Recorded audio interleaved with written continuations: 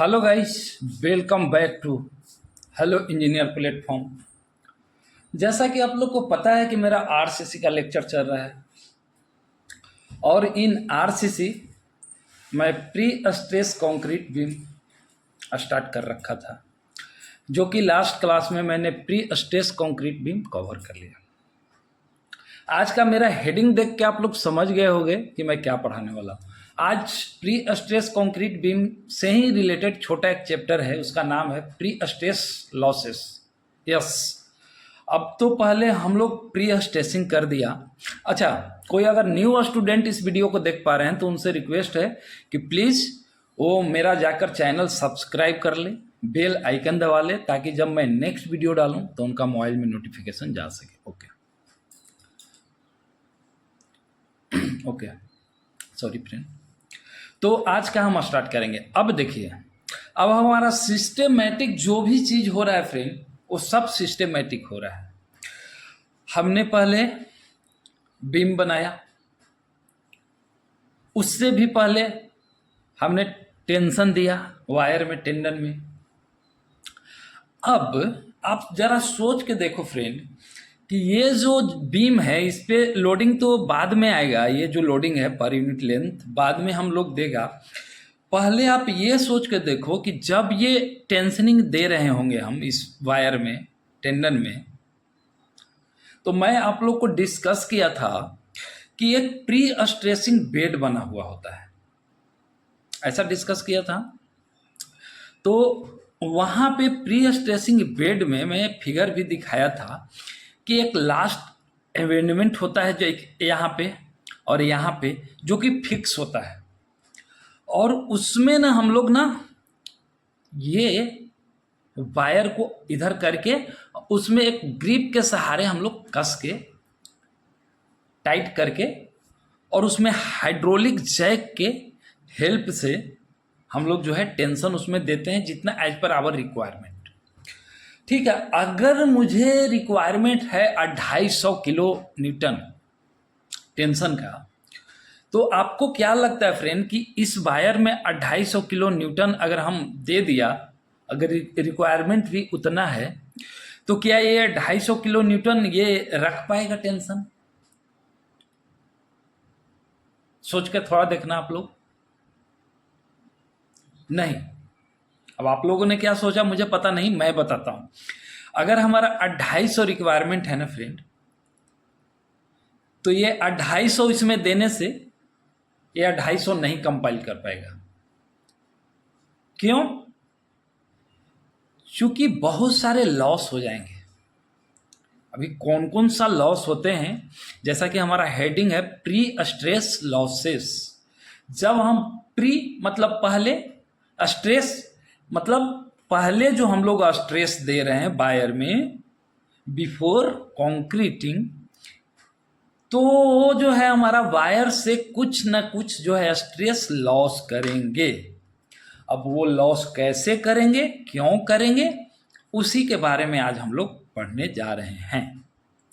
तो जैसा कि आप लोग ये अरेंजमेंट देख पा रहे हो, ये तो अब बीम का सेक्शन, ये बीम का जो भी हो, बीम ये पुराना हो गया है, ये भी पुराना हो गया है।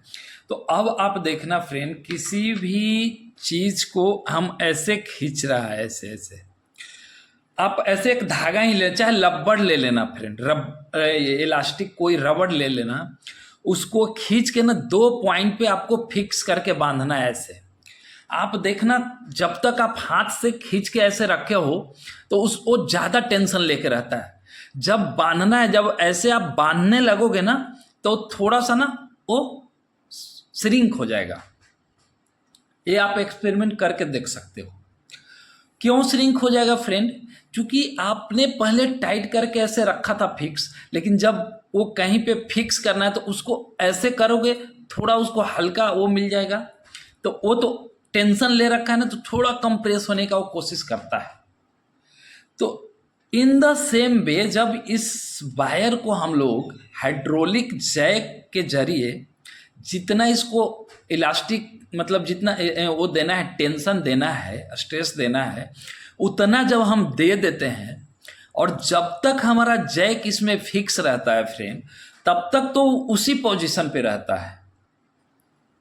लेकिन जैसे ही हम लोग जैक को ना इसको ग्रिप से कस के, जब जैक का हाइड्रोलिक के कारण जैक आगे निकला हुआ रहता है, जितना जब हम लोग बैक करते हैं ना हाइड्रोलिक जैक को, वो अंदर जब जाने लगता है, तब ये जो है ये धीरे धीरे धीरे धीरे धीरे धीरे, जब ये एक वो रहता है मोल्ड रहता है फ्रेंड, ये मोल्ड सिस्टम में ये रहता है, मोल्ड पे जाके जब ग्रिप बैठता है, तो जब हम लोग उतना टेंशन दिया 250, तो वो 250 नहीं रह जाएगा, उसमें 1-2 किलो न्यूटन का लॉस हो जाएगा।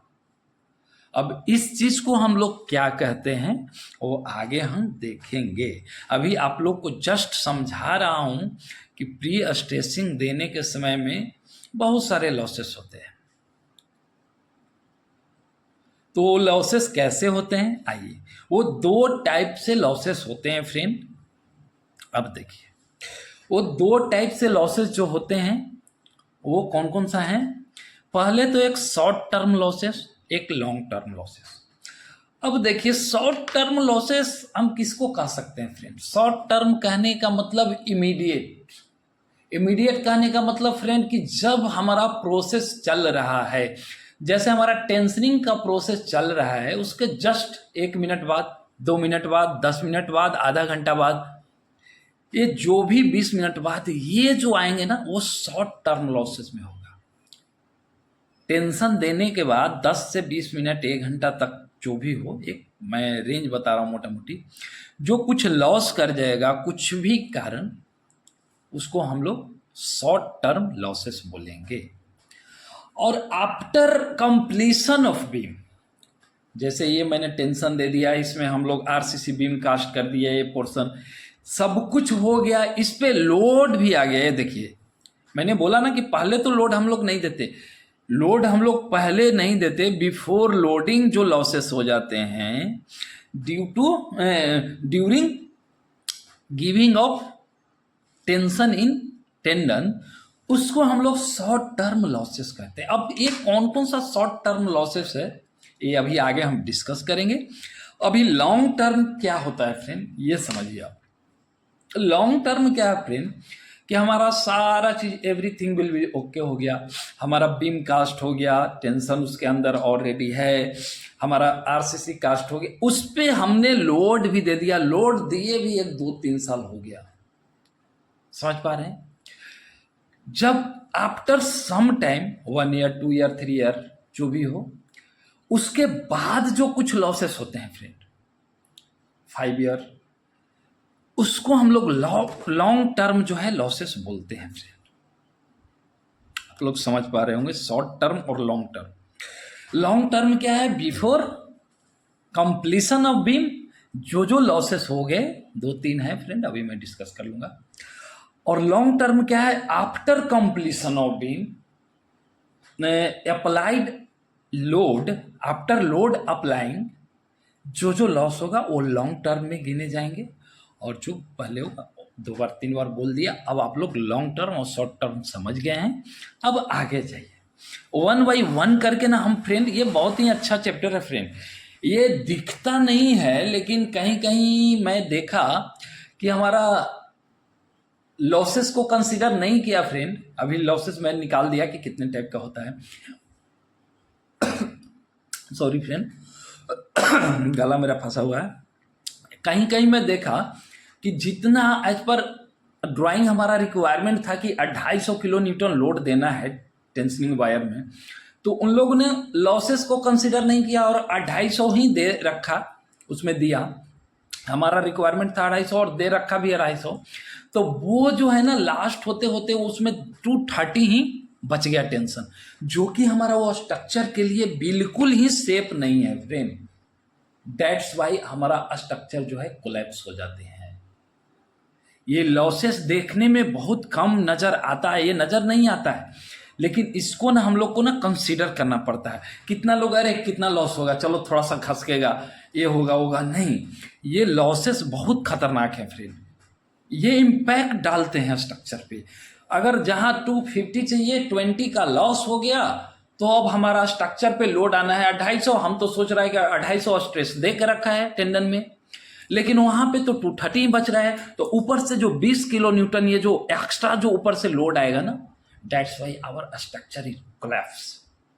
और अगर स्ट्रक्चर कोलैप्स हो गया फ्रेंड, फिर तो आपको पता है कि स्ट्रक्चर एक कोलैप्स होने के बाद क्या क्या हो सकते हैं। अगर वो ह्यूमन का क्षति होगा, अगर ब्रिजेज हैं तो उसमें वाहन का भी क्षति होता है, तो ये आप लोग को पता है। बट इसको हम लोग अच्छे से पढ़ेंगे friend. Pre stressing concrete beam को जितना अच्छे से नहीं पढ़ा या पढ़ पाया, अगर अच्छे से वो भी पढ़ पाए हो तो इसको और अच्छे से कवर करना है, क्योंकि ये लॉसेस बहुत खतरनाक चीज़ है। तो आइए हम लोग शॉर्ट टर्म में अब देखते हैं कि शॉर्ट टर्म में एक्चुअली में क्या क्या लॉसेस होंगे। तो अब देख लीजिए, फर्स्ट लॉसेस क्या है, इलास्टिक शॉर्टेनिंग। यस, मैं जो अभी ये समझा रहा था कि किसी भी चीज को इलास्टिकली ऐसे हम, या इस वायर को भी तो टेंशन देते हैं तो ऐसे ही खींच के रखते हैं, ऐसे खींचेंगे ना, वायर को कैसे खींचेंगे, ऐसे खींचेंगे।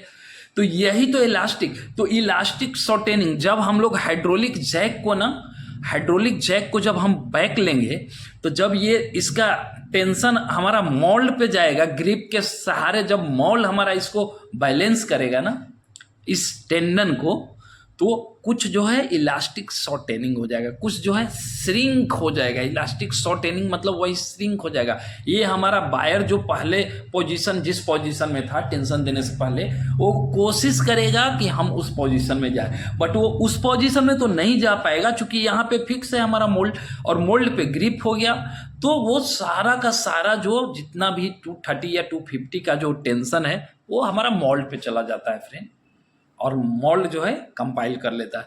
बट कुछ तो शॉर्टेनिंग होगा। ये हमारा जो इतना टाइट, इतना पहले हम टाइट करके रखा था हाइड्रोलिक जैक से, अब मैं जैक को धीरे धीरे खोल रहा हूं, तो ये धीरे धीरे धीरे धीरे ये मोल्ड पे आके जो फिक्स होगा, तो इसी को बोलेंगे इलास्टिक शॉर्टेनिंग। ऐसे सटते जाएगा तो ये जो है इलास्टिक शॉर्टेनिंग, जो यही हो गया कि ये अब सरिया जो है, टेंडन जो है अपने ओरिजिनल पोजीशन में जाने का कोशिश करेगा। That's this is called elastic shortening. Yes, मुझे लगता है फ्रेंड कि इलास्टिक शॉर्टेनिंग समझने में कोई दिक्कत नहीं हुआ। अब आगे चलते हैं, एंकरेज स्लिप।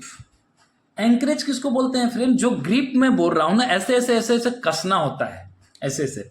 अब मान लियो फ्रेंड, ये काम करेगा कौन, टेंशन देने के लिए तो हाइड्रोलिक जैक है, तो जैक को चलाने के लिए तो एक हमने ह्यूमर रखा है, एक स्टाफ रखा है, और यहाँ पे ये तो एक वायर दिखाया हूं फ्रेंड। ये इस टाइप का टेंडन एक नहीं होता है, ये टेंडन मतलब वो एज पर ड्राइंग मतलब 10 20 15 16 जैसा, मतलब ऐसा ऐसा करके ना बहुत सारा ऐसे ऐसे ऐसे होता है उसी पोजीशन पे। तो उसको ना टाइट करने के लिए ना, ये ग्रिप को एंकरेज स्लिप बोलते हैं। एंकरेज को टाइट करने के लिए लेबर जो रहता है ना फ्रेंड, वो क्या करता है ना, कैजुअलिटी करेगा। कैजुअलिटी करेगा मतलब 10 को टाइट करना है तो 5-6 को टाइट करेगा, 8 को टाइट करेगा, और 2 को जो है पूरा टाइट नहीं करेगा, 2 को थोड़ा ढीला छोड़ देगा फ्रेंड। अब आप सोच के देखो फ्रेंड, 10 वायर में 8 वायर पूरा टाइट करके वो कस दिया, ऐसे ऐसे ऐसे ऐसे कसने वाला होता है, ये यहाँ पे रहता है फ्रेंड मोल्ड का लास्ट में, ऐसे ऐसे वो वायर में कसने के लिए ग्रिप, उसको बोलते हैं ग्रिप या हाँ अंकरेज बोलते हैं या ग्रिप बोलते हैं, उसको ऐसे ऐसे कसना है। तो 8 को कसा और 2 को ढीला छोड़ दिया। अब जब हमने वायर पे टेंशन देना स्टार्ट किया फ्रेंड, तो 8 सरिया जो है पहले टेंशन लेना स्टार्ट कर देगा, बट जो ढीला वाला है तो वो तो पहले जितना ढीला है उतना बिना टेंशन लिए वो तो सटेगा मोल्ड में, मतलब स्लिप करके, और स्लिप करके उतना सट जाएगा, और उस वायर में तो सब में 1 किलो न्यूटन चला गया, 8 में 1 किलो न्यूटन तो चला गया टेंशन, लेकिन 2 वायर में 1 किलो न्यूटन गया ही नहीं, क्योंकि उतना वो छोड़ दिया था ढीला। वो स्लिप करके ना, जब ये सब में 1 किलो न्यूटन चला गया तो उसमें 0 है, जब इसमें 2 जाएगा तो स्लिप करके अब आया मोल्ड पे, उसी को बोलते हैं एंकरेज स्लिप। स्लिप करके अब वो बैठा है मोल्ड पे, अब वहां से वो लोड लेना स्टार्ट करेगा 2 सरिया। तो जब वो 2 सरिया लोड लेना स्टार्ट किया फ्रेंड, जिस पोजीशन से, वहां पे बाकी 8 टेंडन में ना 2 किलो न्यूटन सब में चला गया लोड स्ट्रेस। और ये अभी जो स्टार्ट किया उसमें 1 जाएगा, जब इसमें 2 चला गया 8 में तो इसमें 1 गया। तो अब आप सोच के देखो 2 टेंडन में ना 1 किलो न्यूटन कम करके गया, वही हो गया अंकरेज स्लिप। वो स्लिप करता है, ये ह्यूमन एरर है फ्रेंड, ह्यूमन एरर करता है फ्रेंड। इसको कसने में ना अंकरेज को ढीला छोड़ देता है, स्लिप करता है। और ये सारे जो मैं 2 डिस्कस किया फ्रेंड, ये शॉर्ट टर्म लॉसेस है। जैसा कि मैं पहले भी बोल रखा हूं कि ये कंक्रीट कास्टिंग से पहले जो लॉस हो गया सारा शॉर्ट टर्म में आ जाएगा। अब देखिए फ्रिक्शन लॉसेस, फ्रिक्शन के कारण भी तो लॉस करते हैं ना फ्रेंड। वो कैसे? वो भी अंकरेज स्लिप का ही कारण होता है फ्रेंड। अंकरेज जो ये हमारा जो ऐसा ये जैसे इसमें देखिए आप नट और बोल्ट का अरेंजमेंट देखे होंगे फ्रेंड, ऐसे ये नट है और ये बोल्ट है। तो आपने देखा होगा थ्रेड बना रहता है, यहाँ पे इस पे थ्रेड बना रहता है और इसके अंदर भी थ्रेड रहता है। तो ऐसे ऐसे ऐसे ऐसे हम लोग कसेंगे।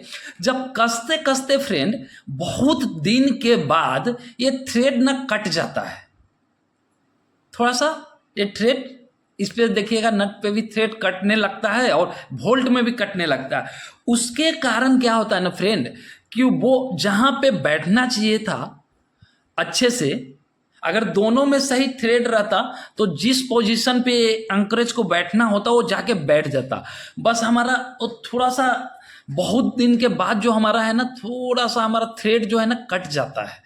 तो कटने के बाद अब क्या है ना, आपको लगेगा कि वहां पे बैठ गया, लेकिन जैसे ही हमारा लोड पड़ता है ना तो वो फ्रिक्शन लेस रहता है, वहां पे फ्रिक्शन लेस हो जाएगा वो। तो अब जब फ्रिक्शन लेस होगा तो थोड़ा सा वो खींच जाएगा। जब खींचेगा जो थ्रेड कटा हुआ है वहां से खींच के, और जहां पे थ्रेड है वहां पे जाके बैठ के, उसके बाद जो है वो उसमें स्ट्रेस लेना स्टार्ट करता है। तो उसी को बोलते हैं loss due to friction. Friction loss होता है फ्रेंड, ऐसे ऐसे ऐसे यहाँ पे ऐसे कसा हुआ है तो समझिए कि कुछ थ्रेड यहाँ का गया हुआ है ना, तो ये फ्रिक्शन लेस ऐसे हो गया, थोड़ा सा निकल गया। अब इतना ही में वो कसा हुआ है, तो इतना दूर जो फ्रिक्शन के कारण ये थ्रेड कम था तो फ्रिक्शन के कारण ऐसे खिंचा गया, और वो होता है loss due to friction in pre stress beam. तो ये आप लोग को याद रखना है फ्रेंड, हर जगह एग्जाम में पूछे जाएंगे what is the short term losses. इसमें दे देगा आपको, ये तीनों दे देगा। अगर क्वेश्चन बनाना है शॉर्ट टर्म पे बनाना है तो ये तीनों में से कोई एक दे देगा फ्रेंड, और बाकी लॉन्ग टर्म वाला 3 को दे देगा, और एक दे देगा शॉर्ट टर्म वाला, अगर उसको शॉर्ट टर्म में पूछना है तो अगर आप ये मेमोराइज नहीं किया कि कौन कौन सा शॉर्ट टर्म लॉसेस होते हैं, कौन कौन सा लॉन्ग टर्म लॉसेस होते हैं, तो आप एग्जाम में तो पक्का क्वेश्चन गलत करके आओगे। तो अगर आपको क्वेश्चन सही सलामत, कोई भी एग्जाम का क्वेश्चन सही सलामत करके आना है फ्रेंड, तो आप जस्ट अभी के अभी लेक्चर देखते समय ही इसको मेमोराइज कर लो। कौन कौन सा लॉसेस है एकदम हाथ पे याद रखो, इलास्टिक, अंकरेज और फ्रिक्शन। ये 3 लॉसेस जो है शॉर्ट टर्म लॉसेस है, जो कि मैं अभी समझा दिया। 10 मिनट टाइम लिया आप लोग का, अच्छे से समझा पाया हूं मैं तो अपने आप से जितना मुझे बना मैं समझाया। अब आप लोग कितना समझ पाए वो मुझे पता नहीं है। अगर आप लोग को फिर भी ये तीनों टर्म में कोई दिक्कत हुआ होगा तो आप मैसेज चैट बॉक्स में मैसेज करके पूछ सकते हैं। अब आइए हम लॉन्ग टर्म में क्या क्या है वो देख लेते हैं। हाँ देखिए, दिखा देता हूं अब आप लोग को। लॉन्ग टर्म में भी 3 लॉसेस है, जैसे शॉर्ट टर्म में 3 है वैसे लॉन्ग टर्म में। अब ये लॉन्ग टर्म में क्या क्या है फ्रेंड, मैं तो क्या बोला कि लॉन्ग टर्म लॉसेस, थोड़ा देर पहले जब मैं स्टार्ट किया था तो बोला कि लॉन्ग टर्म लॉसेस क्या क्या होते हैं। तो लॉन्ग टर्म कब होते हैं ये बताया, तो आफ्टर सम ईयर, जैसे 2, 3, 4, 5 ईयर्स के बाद या 10 ईयर्स के बाद हमारा वो लॉसेस लॉन्ग टर्म माने जाते हैं। तो कौन कौन सा होता है, क्रीप ऑफ कंक्रीट। कंक्रीट का क्रीप से क्या समझते हैं आप फ्रेंड, कंक्रीट का क्रीप से क्या समझते हैं, after long period of time हमारा ये एक कंक्रीट स्ट्रक्चर है, इस पे फ्रेंड कोई एकदम कंसिस्टेंस लोड लग रहा है ना, कंसिस्टेंट, तो थोड़ा सा वो क्रीप दबने का हल्का कोशिश करेगा, उसी को हम लोग क्रीप बोलते हैं। Consistency of load due to long time, जो स्ट्रक्चर पे वो डालते हैं, समझ रहे हैं, वो क्रीप होते हैं। तो अब आप देखिए, ये एक स्ट्रक्चर यहाँ है, एक यहाँ है पोर्शन, अभी थोड़ा सा ही इस पे लोड लगा है, तो ये बहुत टाइम के बाद हल्का सा ही ऐसे ऐसे होने का क्रीप के कारण करेगा। तो अगर स्ट्रक्चर थोड़ा दबने का कोशिश करेगा ना, तो क्रीप लॉसेस हो जाएगा। अगर ये स्ट्रक्चर दब रहा है तो ये भी तो थोड़ा सा दब जाएगा ना, टेंडन भी, तो वो आपका क्रीप कंक्रीट के कारण लॉसेस माना जाएगा। समझे? अब श्रिंकेज ऑफ कंक्रीट, अब देखिए फ्रेंड, क्रीप तो लोड के कारण दबा, तो साथ साथ हमारा टेंडन भी दबा, तो वो लॉसेस हो गया। बट श्रिंकेज ऑफ कंक्रीट, ये कंक्रीट का श्रिंकेज एक प्रॉपर्टी होता है फ्रेंड, जैसे सेग्रीगेशन होता है, ब्लीडिंग्स होता है, ये श्रिंकेज भी एक प्रोसेस है कंक्रीट का। ये कंक्रीट जब आपने कास्ट कर दिया तो 1 घंटा में इसका इनिशियल सेटिंग हो गया, 10 आवर्स में इसका फाइनल सेटिंग हो गया। बट आफ्टर 1 और 2 और 3 ईयर्स हमारा कंक्रीट ना, इलास्टिक प्रॉपर्टी होता है कंक्रीट में, वो थोड़ा सा श्रिंक करने का कोशिश करेगा अपने आप। ये प्रॉपर्टी है कंक्रीट का, श्रिंक मतलब सिकुड़ने का कोशिश करेगा फ्रेंड। श्रिंक का हिंदी होता है सिकुड़ना। तो कोई भी स्ट्रक्चर, ये कंक्रीट ही तो इस टेंडन को होल्ड करके रखा है। अगर ये स्ट्रक्चर सिकुड़ता है तो जितना वो कंक्रीट सिकुड़ेगा उतना टेंडन भी तो सिकुड़ रहा है, साथ साथ श्रिंक हो रहा है। तो उसको हम लोग बोल देंगे कि loss due to shrinkage of concrete. Yes.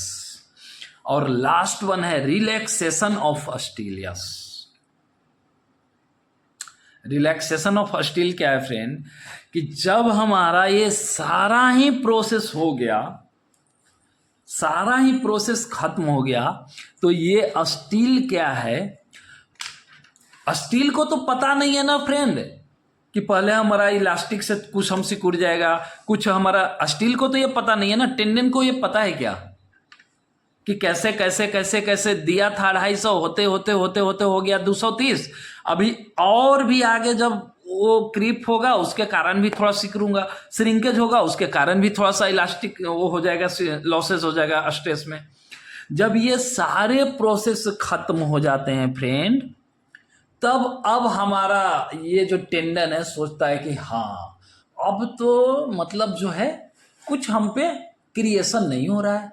तब वो अपना एक प्रॉपर्टी है, इलास्टिक प्रॉपर्टी है स्टील का, कि अब वो स्टील जो है अब उसमें कोई रिएक्शन नहीं हो रहा, तो वो थोड़ा रिलैक्स, अपना रिलैक्स जब होता है, थोड़ा ढीला मोड में आता है।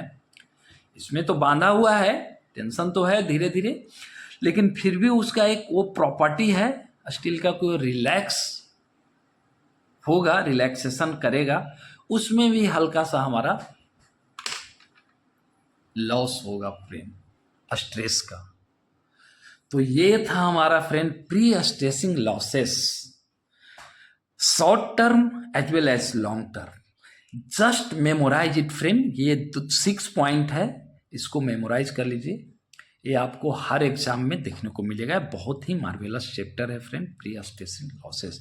अभी तो मैं इसको स्टार्ट किया हूँ, इससे आगे आगे भी और भी बहुत सारा लॉसेस में है। ये आप शॉर्ट टर्म लॉन्ग टर्म याद रखो, 3 पॉइंट इधर 3 पॉइंट। ओके फ्रेंड, अगर कोई न्यू स्टूडेंट देख रहे हैं इस वीडियो को, तो उनसे रिक्वेस्ट है कि प्लीज़ वो जाकर मेरा चैनल सब्सक्राइब कर लें, बेल आइकन दबा लें, ताकि मैं जब नेक्स्ट वीडियो डालूं तो उनका मोबाइल में नोटिफिकेशन जा सके और वो मेरा वीडियो देख पाए। ओके फ्रेंड, आज का लेक्चर मैं यहीं समाप्त करता हूँ, हम फिर मिलेंगे नेक्स्ट वीडियो में। ओके।